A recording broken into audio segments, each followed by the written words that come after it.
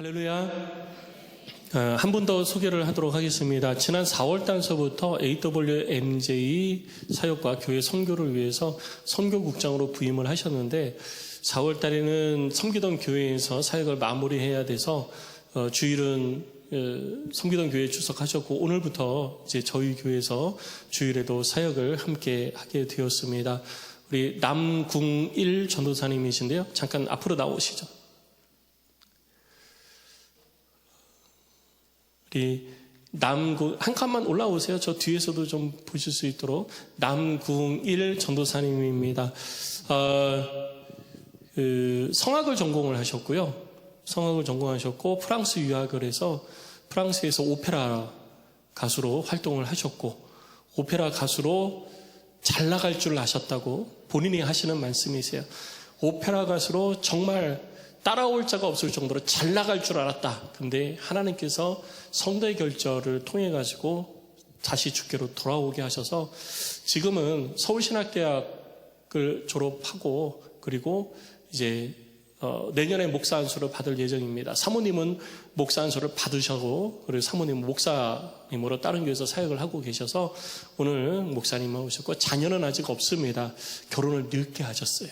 네, 그래서 자녀가 아직 없는 거니까 왜 자녀가 없습니까? 라는 이야기는 이제 묻지 마시고 네, 잘 부탁드립니다 라고 또 인사하시기 바랍니다. 네, 자리로 들어가시죠.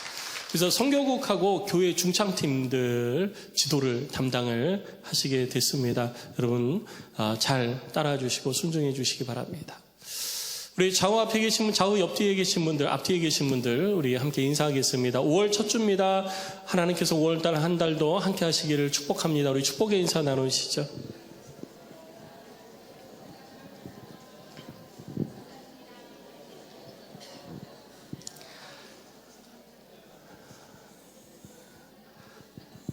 네, 세상에 가장 이쁜 꽃들이 다 여기 모여 있네요.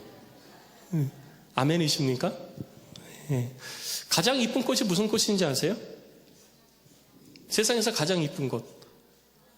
이러지 마시고 세상에서 가장 이쁜 꽃은요 은혜의 꽃입니다. 네. 항상 주의 베푸시는 은혜가 가득하시기를 축복합니다. 오늘 사도행전 23번째 강의를 이루어가는 시간인데요. 사도행전을 살펴보면 사도행전 시작하면서 예수님께서 이제 사도행전 전에 마가복음 16장 15절을 통해서 너희는 온 천하에 다니며 만민에게 복음을 전파하라 하셨습니다. 그리고 사도행전 딱 들어오면서 1장 8절에 너희가 하나님의 성령이 너희에게 임하시면 오직 성령이 너희에게 임하시면 예루살렘과 온 유대와 사마리아와 땅끝까지 이르러 내 증인이 되리라 하셨습니다. 그리고 이렇게 말씀하신 주님의 말씀이 사도행전에서 이루어져 가고 있는 거예요. 그래서 사도행전 2장에서 마가의 다락방에 예루살렘의 마가의 다락방에 모여서 제자들이 하나님 예수님의 말씀을 따라 기도하고 있을 때 성령의 세례가 임했고 성령의 세례를 경험한 사람들이 복음을 전하기 시작할 겁니다. 성령의 세례를 경험한 베드로가 문을 박차고 나가서 모여있는 이스라엘 사람들을 향하여서 예수를 전하기 시작했습니다. 예루살렘에 모여있는 사람들을 향하여 예수를 전하기 시작을 했고 그리고 그것이 삽시간에 수많은 사람들로 하여금 예수 믿고 구원받는 계기가 되어진 거예요. 그래서 성경을 보면 한 번에 3,000명이 회개하고 주께로 돌아왔다라고까지 기록을 하고 있는 것입니다. 기록한 것만 그렇지 기록되어지지 않은 숫자는 너무나도 엄청날 것입니다. 그리고 이러한 예루살렘의 소문이 유대 전 지역으로 삽시간에 퍼져나가게 되어졌던 것이죠. 수많은 사람들이 예수를 믿고 세례를 받고 주께로 돌아오게 되어지면서 교회가 굉장히 크게 부흥을 하게 되어졌습니다. 그러면서 교회가 덩치가 커지다 보니 여러 일들이 많아져서 문제가 발생되어지기 시작했고 이 문제들 중에서 사도들은 사도 본연의 일, 곧 기도하는 일과 말씀을 가르치는 일을 전무하게 하기 위하여서 7명의 집사를 교회에 세우게 되어집니다. 그리고 7명의 집사들을 세웠고 그 7명의 집사들을 통해서 계속해서 교회는 복음이 확산되어지는 통로가 되어졌습니다. 그러던 중에 스데반이 순교를 하는 사건이 발생을 하게 되어집니다. 스데반 집사의 순교는 굉장히 큰 슬픔이고 아픔이었습니다. 그리고 교회의 위기이기도 했습니다. 예수 그리스도를 믿는 믿음으로 말미암아 구원받은 하나님의 사람들은 유대교 종교 지도자들로부터 늘 갈등 관계 속에 있었어요. 예수님 자체가 이 땅에서 끊임없이 바리새인들과 사두개인들을 비롯한 대제사장을 통해서 이 교회 이 유대 종교 지도자들과 갈등이 있었기 때문에 그를 믿는 제자들 역시 대제사장과 유대 종교 지도자들은 늘 언제나 억압하고 핍박하는데 급급했었습니다. 그러다가 스데반이 예수님처럼 누명을 쓰고 죽임을 당하게 되어집니다. 돌에 맞아 죽임을 당하게 되어질 때에 사울이 그 앞에서 증인이 되어졌습니다. 사울이 증인이 되어지고 자기가 증인된 일이 아무 문제 없이 해결이 되어진 거예요. 그 말은 뭐냐면 스데반의 죽음을 전부 다 타당하게 여겼다라는 것입니다. 내가 증인 섰는데 그 일이 맞다라고 증명이 되어지면 여러분 기분이 굉장히 나쁘세요? 슬프세요? 아니면 좋으세요? 좋죠. 그러니까 사울이 얼마나 기세가 등등했겠어요.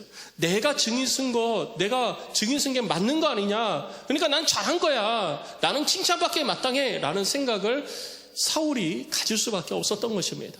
이 일로 인하여서 사람들은 뿔뿔이 흩어지게 되어졌고 그 흩어진 사람들이 자기가 간 그곳에서도 예수를 전했다는 것을 성경의 기록을 통해서 볼 수 있습니다.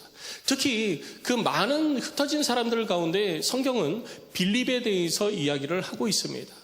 빌립 집사는 흩어질 때에 사마리아 지역으로 들어가서 복음을 전했습니다. 사마리아 지역은 저주받은 땅이라고 했고 부정한 땅이라고 했고 죄악의 땅이라고 얘기를 했었습니다.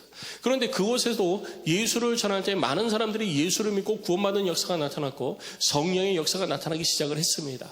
이 일이 예루살렘까지 소문이 퍼져나가니까 예루살렘에서 이 베드로와 요한이 사마리아로 올라와서 사실 확인을 하게 되어집니다. 사실 확인을 하니까 거기에서도 여전히 똑같이 성령의 역사가 막 나타나고 예수 믿고 주께로 돌아오고 세례받는 사람들이 많아진 거예요. 이 일을 보고 다시 베드로와 요한은 예루살렘으로 내려가게 되어지고 어느 날 빌립에게 성령이 말씀하셔서 빌립을 한 280km, 250km 떨어져 있는 예루살렘 밑에 가사로 내려가는 광야로 보내버립니다. 빌립은 하나님의 성령의 음성을 듣고 그 음성에 따라서 그쪽까지 내려가게 되어지죠. 아무것도 없는 빈 광야였습니다. 그런데 성령의 음성을 따라 그곳에 내려갔더니 그곳에서 에티오피아 여왕 간다게의 국고를 담당하고 있는 네시를 만나게 되어지죠. 그리고 그 네시에게 복음을 전하고 네시가 세례를 받고 에티오피아로 돌아가서 아프리카, 북부 아프리카 전역에 복음이 전파되어지는 통로가 되어지게 된 것입니다. 이것이 사도행전 8장까지의 내용이었어요. 이렇게 예수 그리스도의 십자가 복음이 이스라엘 땅 가운데 어떻게 전파되어지고 있는지, 이것은 그냥 되어진 것이 아니라 예수님께서 사도행전 1장 8절을 통해 가지고 너희가 오직 성령이 너희에게 임하시면 너희가 권능을 받고 예루살렘과 유대와 사마리아와 땅끝, 곧 북부 아프리카 저 지중해 땅끝 거기까지 이르러 복음이 전파되어지게 하고자 하시는 하나님의 뜻이 어떻게 이루어져 가고 있는지를 우리 가운데 보여주고 있는 것입니다. 우리는 아무것도 아닌 것처럼 그냥 성경을 읽지만, 그냥 성경에 기록된 내용들을 읽고 있다고 하지만 그 속에서 역사하시는 하나님의 역사하심을 우리는 볼 수 있는 눈이 있어야지 되는 거예요. 하나님의 성령은 또 예수님께서 이 땅 가운데 명령하신 것들은 그렇게 이 땅에서 주를 믿는 사람들의 헌신과 순종을 통해서 그와 같이 열매를 맺고 있다는 것을 우리는 볼 수가 있는 것입니다. 여러분들의 삶 속에서 우리를 향하여 말씀하시는 주의 음성 가운데 순종함으로 여러분들도 똑같이 이 일을 이루어갈 수 있는 복된 성도가 다 되시기를 주의 이름으로 축복합니다. 그럴 때 이제 화제가 전환이 돼서 오늘 9장 1절서부터 사울에 대해서 이야기를 시작합니다. 사울은 하나님 앞에서 하나님을 대적하는 자의 앞잡이 역할을 했습니다. 복음을 전하는 스데반이 죽임을 당하는 데 있어서 증인의 역할을 한 사람도 사울이었어요.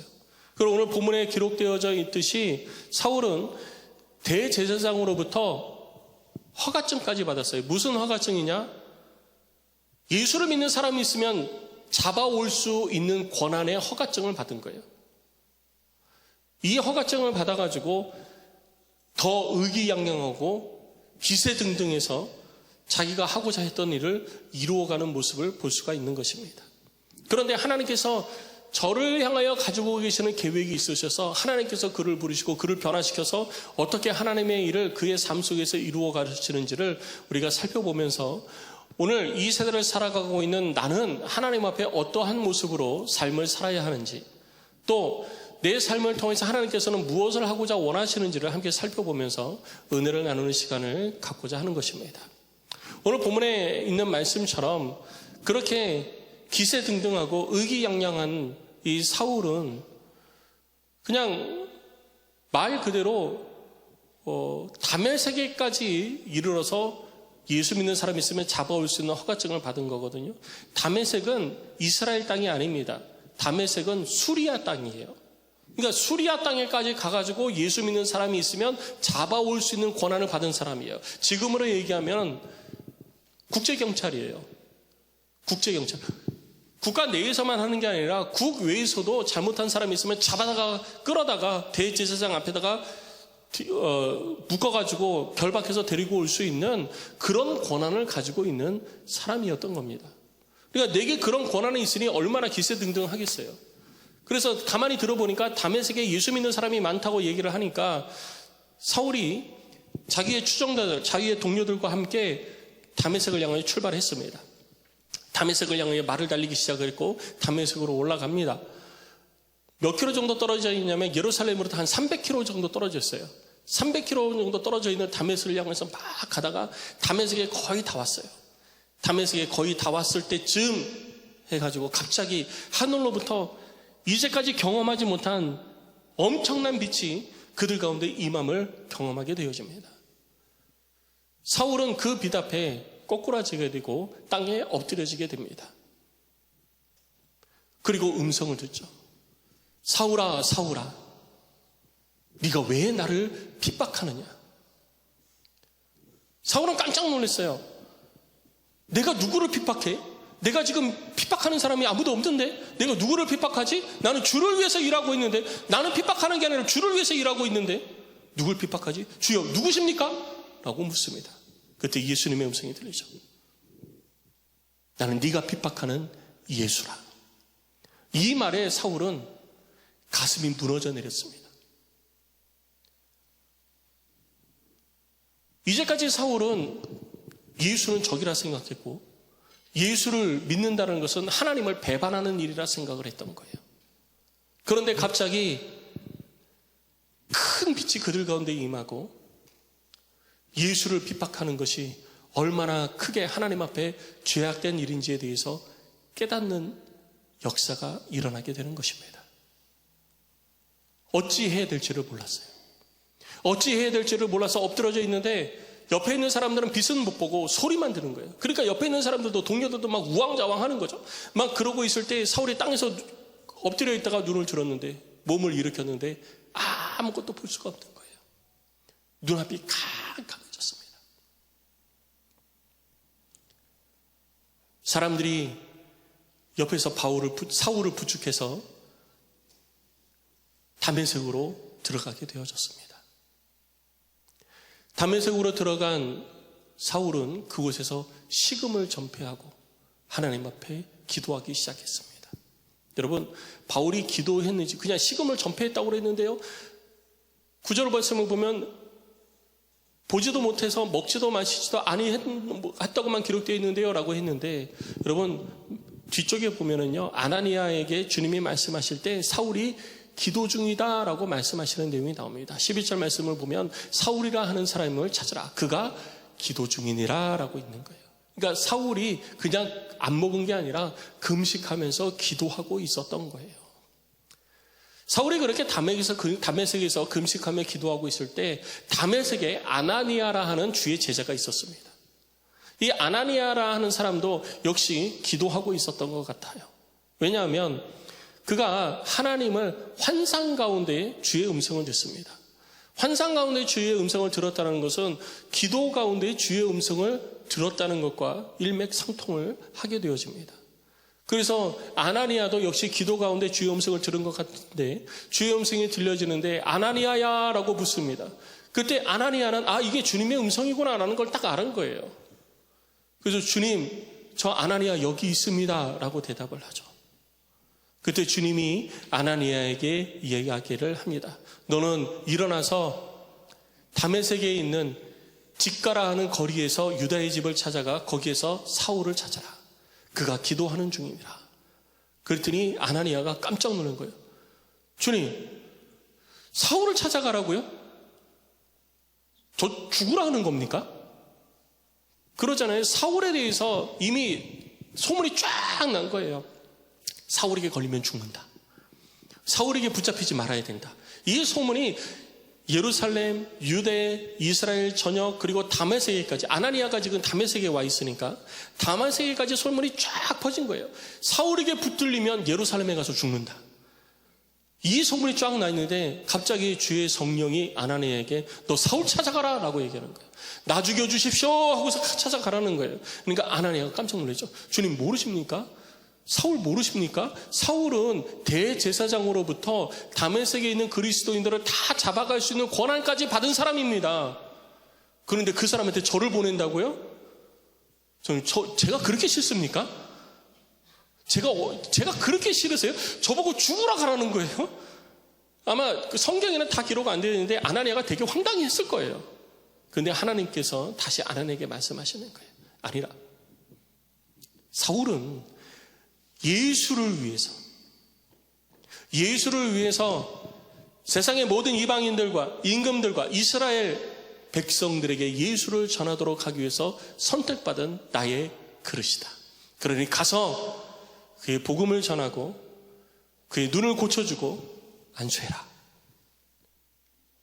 이 말을 듣고 아나니아가 사울을 찾아갑니다. 유다의 집을 찾아가서 그곳에서 사울을 만나고 사울을 향하여 말합니다. 사울아, 그런데 저는 그냥 아나니아가 억지로 왔겠어요? 기분 좋게 왔었겠어요? 여러분 어떻게 생각하세요? 억지로 왔겠어요? 기분 좋게 왔겠어요? 주님이 나를 보내시니까 가자. 죽으라면 죽는 거지. 가면 되지. 그러면서 갔겠어요? 도사장에 끌려가는 송아지처럼 그렇게 갔을 겁니다. 가면 죽는데 제가 볼 때는요, 이 유다의 집 앞에서도 몇 번 들어가야 되나 말아야 되나 들어가야 되나 말아야 되나 이래 서성이지 않을까 싶었어요. 근데 제가 첫 아나니아의 말을 들으면서 아나니아는 안 그랬구나라는 걸 딱 알았어요. 왜? 사울을 부르는데요, 뭐라고 부릅니까? 형제 사울아. 우리에게 누가 형제입니까? 예수를 주로 고백한 사람. 그 사람이 내 형제요, 내 자매입니다. 그런데 아나니아는 주의 음성을 듣고 사울을 찾아가서 사울을 향하여 뭐라고 불러요? 형제라고 부르고 있는 거예요. 자기가 가지고 있었던 선입관들, 사울에 대해서 가지고 있었던 모든 감정들, 이것을 다 버려버린 거예요. 이게 그리스도인의 모습이 되어야 되는 것입니다. 교회에서도 삶을 살려고 교회 생활을 하다 보면은요, 우리들이 주의 말씀보다 주의 눈으로 보는 것보다 내 감정의 눈으로 볼 때가 더 많잖아요. 그래서 같이 일을 하면서도 나를 기분 나쁘게 하면은 그 사람을, 저 사람 왜 저래? 난 저 사람하고 다시는 내가 상종을 안 할 거야. 막 이러면서 저 사람을 투명인간 취급하는 경우도 있어요, 없어요? 있으니까 말을 못 하시는 거예요. 없으면 없어요 라고 할 텐데 있으니까 말씀을 못 하시는 거예요. 그런 적이 있는 거예요. 저 사람 왜 내 마음 상하게? 내가 뭘 어쨌다고? 그래, 너도 한번 당해봐. 그러면서 우리는 항상 감정으로 그를 대합니다. 그런데 우리는요, 신앙생활을 하면서 옆에 있는 형제자매를요, 내 감정으로 대하고 내 감정으로 바라보는 게 아니라 주님의 눈으로 바라봐야지 되는 거예요. 주님이 우리를 어떻게 바라보셨습니까? 긍휼의 눈으로 바라보셨잖아요.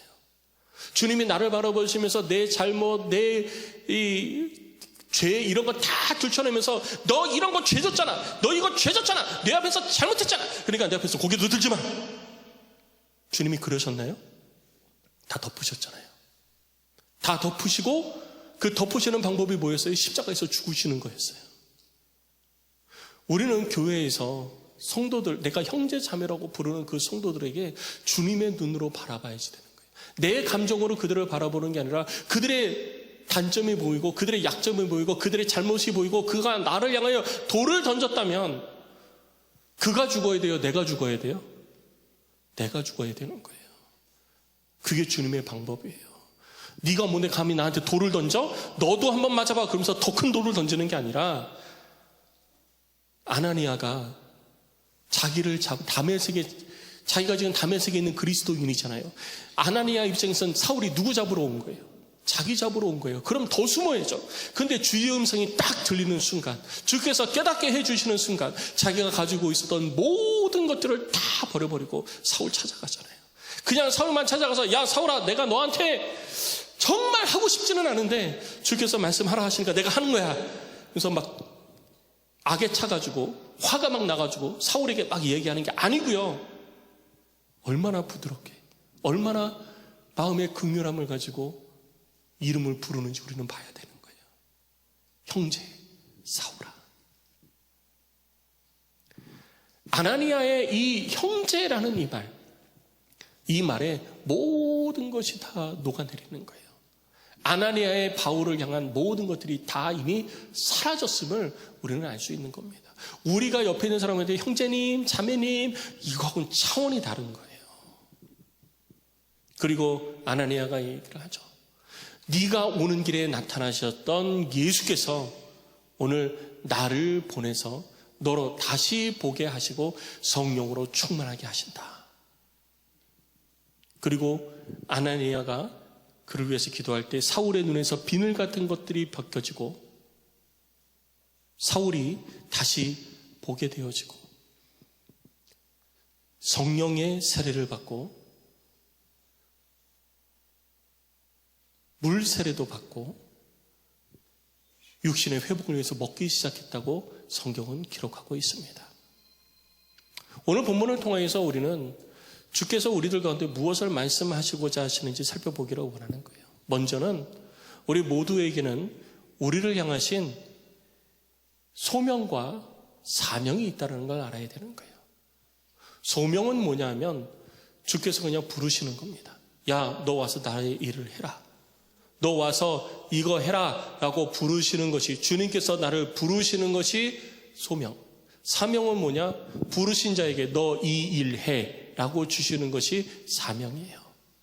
그러니까 쉽게 얘기해서요, 교회에서 제가 집사님, 권사님, 장로님 와서 저 좀 도와주세요. 제가 부르면 그게 그를 향한 소명이에요. 그러면 어디 가세요? 라고 물어보면 아, 목사님이 나 부르셨어요. 목사님이 좀 도와달래요. 난 목사님께 갈 거예요. 이게 사명을 받은 자의 모습인 겁니다. 사람들이 옆에서 어디 가요? 이리 와서 나 좀 도와줘요. 어디 가요? 우리 와서 나와 함께해요. 아니에요. 난 당신과 함께하는 게 아니라 나를 부르신 그분께 나는 가야 됩니다 라고 하는 것이 소명을 입은 자의 모습이라는 거죠. 그럼 사명은 뭐냐? 그렇게 소명받은 자들이 함께 모였잖아요. 함께 모였으면 당신은 이 일하고 당신은 이 일하고 당신은 이 일하고 당신은 이 일하세요 라면서 직무를 맡겨주는 것이 사명이에요.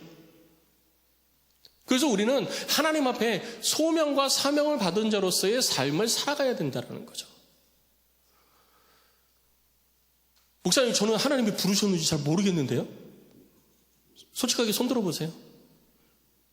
멀뚱멀뚱 쳐다만 보지 마시고, 목사님, 저는 하나님이 저를 부르셨는지 잘 모르겠습니다. 손 들어보세요. 왜 부르셨는지 잘 모르겠습니다. 여기서 손 들면은 이제 이상해지겠죠. 그러니까 다들 안 드시겠지만, 로마서에서 사도 바울이 뭐라고 그랬냐면요, 너희들 가운데, 로마서 1장 9절에 너희들 가운데에서 내가 너희를 불러냈다라고 말하고 있는 겁니다. 사울이 로마서 말씀 띄워주세요. 사울이 로마에서도 뭐라고 하느냐, 너희도 그들 중에서 예수 그리스도의 것으로 부르심을 받은 자니라. 누구의 것으로? 예수 그리스도의 것으로. 너희는 세상의 것이 아니고, 너희는 사단의 것이 아니고, 너희는 사람의 것이 아니라 너희는 예수의 것이다 라고 부르심을 받은 거예요. 그래서 누구든지 예수로 말미암지 않고는 하나님을 아버지를 할 수 없다라고 그런 겁니다. 그리고 하나님께서 우리를 그렇게 부르셨으면요, 부르시는 그 하나님의 부르심에는 실수가 없다라고 이야기하고 있는 거예요. 그러나 하나님께서 우리를 부르실 때 실수 없으신 하나님이 나를 왜 불렀대? 실수 없으신 하나님이 나를 왜 불렀지? 내가 뭘 할 줄 안다고? 내가 무슨 능력이 있다고? 여러분, 하나님이요, 우리의 행위를 따라 우리를 부르신 게 아니에요. 하나님의 부르심은요, 행위를 따라 부르신 것이 아니라 은혜로 부르신 것입니다. 디모데후서를 통해서 하나님께서 우리에게 주시는 말씀은 뭐냐면, 하나님께서 우리를 부르신 것은 우리의 행위 때문에 부른 게 아니에요. 우리가 잘해서 부른 게 아니에요. 우리가 그걸 잘해서 불렀다면요, 부르심을 입을 사람이 몇 명 안 돼요. 성경을 보면 수많은 사람들이 하나님의 부름을 입었습니다. 이사야가 부름을 입었고, 수많은 사사들이 부름을 입었고, 수많은 선지자들이 부름을 입었습니다. 그리고 신약으로 보면 예수님의 제자들이 예수님의 부름을 입었고, 바울이 예수님의 부름을 입었습니다. 그들의 행위 때문에 부름을 입었다고요? 아닙니다. 왜냐하면 여러분, 모세만 놓고 보세요. 모세는 이스라엘 백성들에게 있어서 가장 위대한 지도자입니다. 그의 행위 때문에 불렀다면 하나님께서 그를 부르시겠어요? 여러분들 같으면 모세를 쓰겠습니까? 사람 죽이고 도망와가지고 40년 동안 숨어지는, 광야에서 숨어지는 모세를 여러분 같으면 부르시겠어요? 사람 죽이고 도망가서 40년 동안 숨어있는 사람이에요. 여러분 같으면 그 사람 부르시겠냐고요? 저 대신 저를 위해서 일해 주십시오라고 그 사람 부르시겠냐고요? 그의 행위를 보면은요, 부름을 입을 만한 사람 하나도 없어요. 거룩하신 하나님이 뭐가 부족하다고 엉망으로 삶을 살아가는 사람을 향하여서 너 나한테 좀 와라 라고 부르시겠습니까? 하나님 안 불러요. 그래서 하나님은 우리를 행위대로 부르신 것이 아닙니다. 은혜로 부르신 것입니다. 아무것도 필요 없어요. 그냥 너 와라. 세상 가운데서 힘들지, 버겁지, 그냥 너 와라. 예수 믿고 너 와라. 예수를 알고 너 와라. 이것이 하나님이 우리를 향하신 부르심입니다. 그래서 우리들 모두는요, 예수를 주로 고백한 모든 사람들은 하나님의 부르심을 다 입은 사람들이에요. 그런데 내가 그걸 잘 모르고 있는 거죠. 여러분도 그러잖아요. 집사님 좀 와보세요. 그러면 몇 명이 왔어요? 목사님 왜 불렀대? 물어보지 않겠어요? 목사님이 나 왜 부르셨대? 뭐 때문에 부르셨대? 몰라. 아니, 집사님을 부르신 건 집사님이 이것도 잘하고 이것도 잘하고 이것도 잘하니까 뭐 부르신 줄 알겠는데, 근데 나는 왜 불렀대? 난 할 줄 아는 거 아무것도 없는데. 누구 생각? 내 생각. 근데 막상 일을 맡기면 그 사람이 할 수 있는 적절한 일을 맡기는 거예요. 하나님께서 그렇게 우리를 부르시면은 하나님의 뜻이 있는 겁니다. 하나님의 뜻을 우리가 모르는 거예요. 그래서 하나님은 우리를 은혜로 부르시고요, 은혜로 부름을 입은 자들에게 사명을 주시는 거예요. 너 이거 해라. 그래서 예수를 믿고 구원받은 모든 사람에게 주신 사명이 너희는 온 천하에 다니며 만민에게 복음을 전파하라는 사명을 주셨고, 이 복음을 전파하기 위해서 너는 성령을 받아서 예루살렘과 온 유대와 사마리아와 땅끝까지 이르러 내 증인이 되라라고 말씀을 하신 겁니다. 그래서 소명과 사명이 우리들 가운데 다 주어지는 거예요.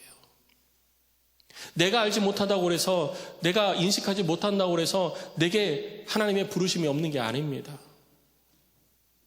그래서 우리는 소명과 사명 속에서 삶을 살아가는데, 때로는 그 사명이 소명보다 앞서갈 때가 있어요. 소명보다 사명이 앞서가면 무슨 일이 발생하는지 아세요? 소명보다 사명이 앞서가면요, 나는 주를 위해서 이렇게 할 거야 라고 나아가는 거예요. 뭐가 앞서갑니까? 하나님의 뜻보다 내 열정이 더 앞서가는 거죠. 주를 향한 열정이 더 앞서가는 거예요. 교회에서도 소명보다 사명이 더 앞서가는 거예요. 사명이 더 앞서가니까 나는 주를 위해서 이렇게 살 거야, 나는 주를 위해서 교회를 이렇게 섬길 거야 라고 자기가 틀을 딱 정해놓는 거예요. 그런데 그렇게 일이 주어지지 않으면, 그렇게 내가 주를 섬기지 못하면 나 스스로 넘어지고 시험 들어버리는 거예요. 나는 주를 교회에서 이렇게 섬기기를 나는 열심을 가지고 작정을 했는데, 교회에서는 왜 나한테 이 일을 안 맡기지? 교회에서 나를 이렇게 인정해 주지 않지? 왜 목사님은 나를 부르지 않지? 이 일을 하는데 나를 불러야지. 목사님은 나를 싫어해. 이렇게 엉뚱한 생각을 하게 되어지는 거예요. 그래서 사명보다 중요한 것이 소명이에요. 저는 제 후배 목사님들, 또 우리 교회에 이렇게 거쳐가는 모든 목회자들에게 항상 물어보는 게 뭐냐면요, 당신의 소명과 사명은 무엇입니까? 그런데 목회자들도요, 소명과 사명을 헷갈려 해요. 많은 목회자들이 소명과 사명을 헷갈려 해요. 주께서 나를 통해서 이 일을 이루시기를 원하실 줄 알고 저는 그 일을 위해서 죽을 각오로 갑니다. 하나님께서 이 교회를 섬기도록 부르셨기 때문에 저는 이 교회를 위해서 죽겠습니다. 면접 와서 그래요. 그럼 그 사람 안 뽑으면 저는 하나님의 뜻을 어기는 게 되는 거거든요. 이 교회를 위해서 죽는다고 그랬으니까. 이게 말이 안 되잖아요. 그러니까 이러한 부분이에요. 그래서 목회자들도요, 소명과 사명, 목회자들에게 있어서 이 소명은요, 네가 나를 위해서 다른 일을 하지 말고 살아라. 세상에 다른 일을 하지 말고 나를 위해서만 살아라 라고 부르신 것이 목회자의 소명입니다. 사명은 뭐냐? 그렇게 부르심을 입은 사람들 가운데 어떤 사람에게는 교회의 목회를, 어떤 사람에게는 선교사로, 어떤 사람에게는 특수한 목회를 맡겨주시는 것, 그것이 목회자의 사명인 거예요. 우리 성도들에게도 마찬가지입니다. 하나님께서 우리를 다 그리스도인으로 부르셨어요. 그리스도인으로 부르시고, 세부적으로는 집사로도 부르시고, 권사로도 부르시고, 안수집사로도 부르시고, 장로로도 부르시고, 하나님의 부르심이 있습니다. 교회를 통한 하나님의 부르심이 있어요. 교회를 통한 하나님의 부르심 앞에 우리는 뭐 해야 되느냐? 그 직에 맞는 직무, 곧 사명을 주실 때 그 소명을 바탕으로 해서 사명을 이루어가는 자가 되어야 되는 것입니다. 그래야 교회가 행복한 교회, 그래야 나를 통해서 일하시는 하나님의 능력을 경험하게 되는 거예요. 그런데 하나님의 뜻과 상관없이 내 열정이 앞서가다 보면 누구처럼 되느냐? 사울처럼 되는 거예요. 사울처럼 되는 거죠. 성도 여러분, 여러분들 가운데 주님이 주신 소명과 사명을 더 구체적으로 발견해 갈 수 있기를 주의 이름으로 축복합니다. 나를 주님은 부르시지 않아서 나는 소명이 없어. 아니에요. 모든 이들을 향한 소명이 있습니다. 그리고 모든 이들을 향한 사명이 있어요. 그 사명을 감당하기 위해서 하나님께서 은사도 주시고요, 성령의 능력도 주시는 것입니다. 그리고 두 번째, 우리가 기억해야 될 것은, 그러면 내가 사명과 소명을 깨달았으면 어떻게 살아야 되냐는 거죠. 사명과 소명을 깨달았으면요, 그 다음부터 내가 어떻게 살아야 되느냐? 그 다음부터는 기도와 말씀과 성령 충만으로 삶을 살아가는 자가 돼야 되는 거예요. 그래야 하나님의 뜻을 온전히 깨닫고 그 뜻 가운데 삶을 살아갈 수 있게 되는 것입니다. 오늘 본문의 말씀에 두 사람이 등장하죠. 사울과 아나니아. 그들의 모습을 봐도요, 사람의 음성에 귀를 기울였을 때는 비늘에 딱 씌워진 것처럼 아무것도 보이지 않았어요. 그냥 듣는 대로 가는 거죠. 사울도 그랬고 아나니아도 그랬습니다. 그들의 귀에 막이 덮여 있었고요, 그들의 눈에는 비늘 같은 것들이 씌워져 있었습니다. 그것을 벗겨준 것이 무엇입니까? 하나님의 말씀인 것입니다. 그때 당시에는 하나님의 말씀이 손에 없었어요. 그래서 하나님께서 직접 그들에게 말씀하셨고, 말씀하실 때 깨달을 수 있었던 것입니다. 그런데 지금은요, 우리들 가운데 하나님의 말씀이 늘 들려 있잖아요. 하나님의 말씀이 여러분 손에 늘 들려 있잖아요. 여러분도 휴대폰 속에 하나님의 말씀이 있잖아요. 하나님의 말씀을 가지고 다니면 뭐합니까? 안 읽는데. 하나님의 말씀을 읽어야 그 말씀이 내게 능력이 되는 것입니다. 하나님의 말씀을 읽을 때 우리는 하나님의 나를 향하신 뜻을 깨닫게 되어지는 거예요. 그것을 깨달아야 내게 주신 소명과 사명을 분명히 알고 그 일을 위해서 내가 죽도록 충성하고 헌신할 수 있게 되는 거예요. 나도 저렇게 열심히 해야지. 여러분, 열심히 하겠다라는 마음만 갖는다고 해서 주의 일이 되어지는 것이 아니에요. 나를 향하신 소명과 사명을 온전히 깨달아야 내가 주를 위해서 헌신하고 충성할 때도 그 열매가 맺혀지는 것입니다. 그러기 위해서 우리에게 무엇이 필요하냐? 하나님의 말씀을 듣는 게 필요한 거예요. 성도 여러분, 하나님의 말씀 들으시기 바랍니다.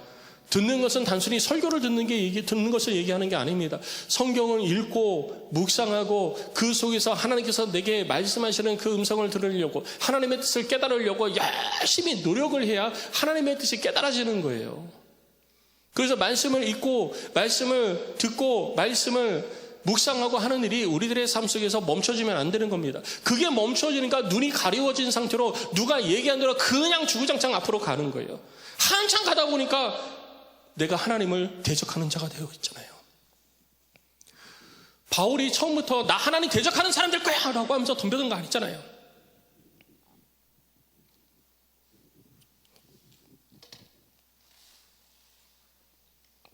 성경을 보면 바울이 이렇게 합니다. 나는 예수를 대적하는 일에 있어서 열심히 특심이었다라고 얘기합니다. 다른 사람들보다 더 열심히 내서 하나님의 일을 한다고 생각했던 사람이 사울이에요. 그렇게 열심히 죽을 각오를 하고 덤벼들어서 달려가고, 사람이 죽는 일이 있어서도 내가 증인 서겠다고 그렇게 했던 사람인데, 한참 달려오다 보니까 나는 하나님을 대적한 사람이 되어 있는 거예요. 우리들도 그럴지 모릅니다. 교회에서 나는 열심히 주를 위해서 섬긴다고 그러고, 교회를 위해서 봉사한다고 그러고, 충성한다고 그러고 열심히 했는데 나중에 보니까 내가 교회를 허는 자, 내가 하나님의 뜻을 가로막는 자, 그런 사람이 되어 있을 수도 있다라는 거예요. 그러지 않은 사람이 되기 위해서는 어떻게 해야 되느냐? 하나님의 말씀에 귀를 기울여야 된다는 겁니다. 성도 여러분, 주의 말씀을 읽고 묵상하고 지켜 행하는 일에 게으르지 마시기를 주의 이름으로 축복합니다. 그리고 두 번째, 기도하는 사람이었어요. 하나님의 음성을 듣고 바울이 선택한 건 뭡니까? 식음을 전폐하고 금식하며 기도하는 거였잖아요. 아나니아도 언제 주의 음성을 듣고 깨달았습니까? 기도 가운데 깨달았잖아요. 기도해야 됩니다. 기도해야 하나님의 뜻을 깨달을 수 있는 거예요.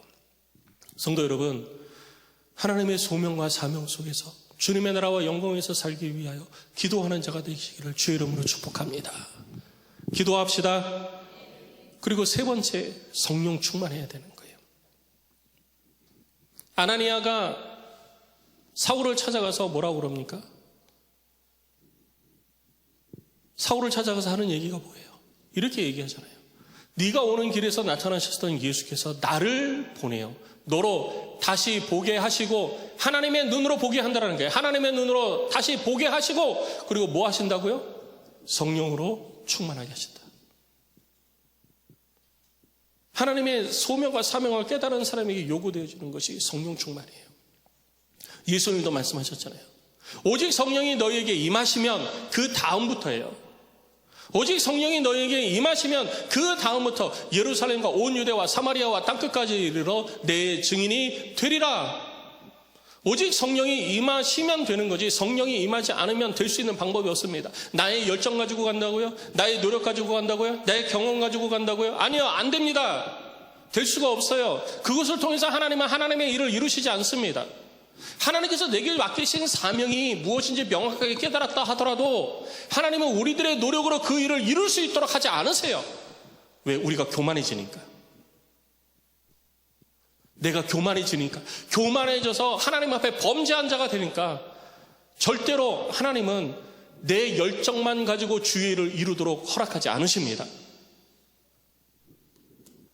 그래서 성경은 말하는 거예요. 주의 교회를 섬기는 자는 성령을 따라 주의 교회를 섬겨야 된다고 말하고 있는 것입니다. 내가 아무리 실력이 있고, 내가 아무리 능력이 있고, 내가 아무리 열정이 있어도요, 그것만 가지고 하나님의 일을 절대로 할 수가 없습니다. 잠깐 하는 것처럼 보여져요. 바울처럼, 사울처럼 잠깐은 정말 열심, 누구도 그 열심 따라갈 수 없을 것처럼 보여집니다. 야, 어떻게 다메섹까지 가? 어떻게 300km가 넘는 곳까지 쫓아가가지고 예수를 믿는 사람들을 잡아올 수가 있어? 나는 그렇게 못해. 어떻게 함부로 사람을 죽이는데 증인 설 수가 있어? 내가 증인 서서 잘잘못 가리는 것뿐만 아니라 내가 증인 서서 사람이 죽는 거예요.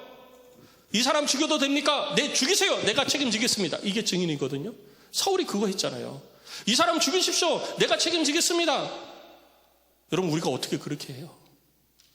우리들의 열심과 우리들의 능력만 가지고 무엇인가를 잠깐 동안 뭐 할 수 있는 것처럼 보여져요. 근데 나중에 다 어느 정도 지나고 나서 하나님의 일하심을 보니까 그 모든 것들이 다 헛된 것이었고, 그 모든 것들이 하나님의 일을 가로막는 것이었고, 하나님의 영광을 가로막는 것이 되어버렸잖아요. 우리도 그렇습니다. 우리가 매 순간 하나님의 성령에 이끌려서 주의 일을 감당하지 않을 때 우린 오히려 하나님의 일하심을 가로막는 자가 될 수 있는 거예요. 내 열정이 아무리 커도 하나님의 성령의 인도하심보다 앞서가면 안 되는 것입니다. 그래서 우리는 모든 일에 있어서 성령의 인도를 받아야 되는 거예요.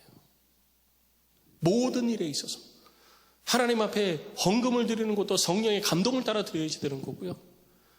내가 주의 일을 이루어가는 데, 교회를 섬기는 데 있어서도 하나님의 성령의 감동을 따라 섬겨야지 되고요. 주의 성령이 내게 말씀하시는 대로 우리는 행해야 되는 것입니다. 그래야 우리들의 삶이 완전해지고 이 땅 가운데 하나님의 뜻이 나를 통해서 이루어지는 것을 볼 수 있는 거예요. 그래야 우리가 이 땅에 살면서 하늘의 상급을 온전히 준비할 수 있는 자가 될 수 있는 것입니다. 우리들의 이 땅에서의 삶의 목적이 무엇입니까? 복음 전하는 거예요. 복음을 왜 전합니까? 주님의 명령이라고요? 주님이 왜 그것을 우리에게 명령하셨을까요? 우리로 하여금 영원한 나라의 천국에서의 삶을 준비하라고 그러시는 거예요. 영원한 나라 천국에서 우리들에게 약속되어진 상급을 쌓아가도록. 그래서 오늘도 눈을 뜨면 하나님께 감사해야 돼요. 주께서 내게 오늘 하루도 하늘의 상급을 쌓아갈 수 있는 기회를 주셨구나. 오늘도 내가 주를 위해서 살아야 되겠다. 오늘도 내가 주를 위해서 살면서 하늘의 삶을 준비해야 되겠다. 주께서 내게 명령하신 이 땅에서만 이룰 수 있는 일, 그게 뭡니까? 복음 전도잖아요. 천국 가면 복음 전도할 일이 없어요. 다 예수 믿는 사람인데 무슨 복음을 전합니까? 거기서는 상급 쌓을 일도 없어요. 다 예수 믿고 천국에 올라와 있는데 무슨 복음을 전해서 상급을 쌓아요. 이 땅에서만 할 수 있는 일이에요. 이 땅에서만. 그러니까 우리는 이 땅에서 쉼 없이 뭐 해야 되냐? 복음 전해서 천국의 삶을 준비하는 삶을 살아야 되는 거예요. 그래서 주의 소명과 사명은 모든 이들에게 보편적으로 주어진 하나님의 부르심인 소명과 우리에게 주신 사명은요, 복음 전에서 예수를 통해 구원받는 사람들을 많아지게 하라는 것이 우리를 향한 보편적 소명과 사명인 것입니다. 이 일을 이루기 위해서 우리는 기도해야 되고 말씀을 읽어야 되고 성령 충만해야 되는 것입니다. 나를 부르심에 결코 실수도 없으시고 후회도 없으신 하나님의 부르심 앞에 순복해서 여러분들의 삶 속에 이 일을 이루어갈 수 있기를 주의 이름으로 축복합니다. 우리 시간 함께 찬양하고 기도하십시다. 우리 함께 찬양하고 기도할 때 우리 두 가지 기도 제목 가지고 우리 함께 찬양하고 기도할 텐데요. 먼저는 길을 잃고 방황할 때 주여 내가 엎드려 기도하는 자 되겠습니다. 우리는 길을 잃고 방황할 때 실망하고 절망하고 포기하고 오히려 하나님을 멀리 해버리잖아요. 무엇이 하나님의 뜻인지 모를 때 내가 이렇게 수고하고 내가 이렇게 열심히 달려왔는데 이게 헛것이라고? 에이씨 나 안 해. 그리고 던져버리고 있지는 않습니까? 등 돌리지는 않습니까? 내가 이제까지 걸어왔던 것들이 또 내 삶에 길을 잃고 무엇이 하나님이 나를 부르신 것인지 무엇이 나에게 하나님께서 맡기신 것인지 내가 온전히 깨달아지지 않을 때 우리가 해야 될 것은 엎드려 기도하는 거예요. 하나님 내가 기도하겠습니다. 기도할 때 깨닫게 하여 주시옵소서. 이 문제를 놓고 기도해야 되는 거예요. 그리고 두 번째, 내게 찾아와 나를 향하신 하나님의 뜻을 가르쳐 주시고 주의 뜻 앞에 내가 순종하겠습니다. 하나님 내가 이리저리 헤맬 때 나에게 가르쳐 주소서. 나에게 말씀하여 주소서. 주를 향한 이 기도가 주께 드려지는 우리들의 삶이 되기를 소망합니다. 우리 함께 찬양하고 기도하겠습니다. 우리 함께 찬양하고 기도할 때 이 두 가지 기도 제목 가지고 우리를 부르시고 결코 실수 없이 부르신 그 하나님 앞에 우리 자신을 드리며 고백하며 나아가십시다.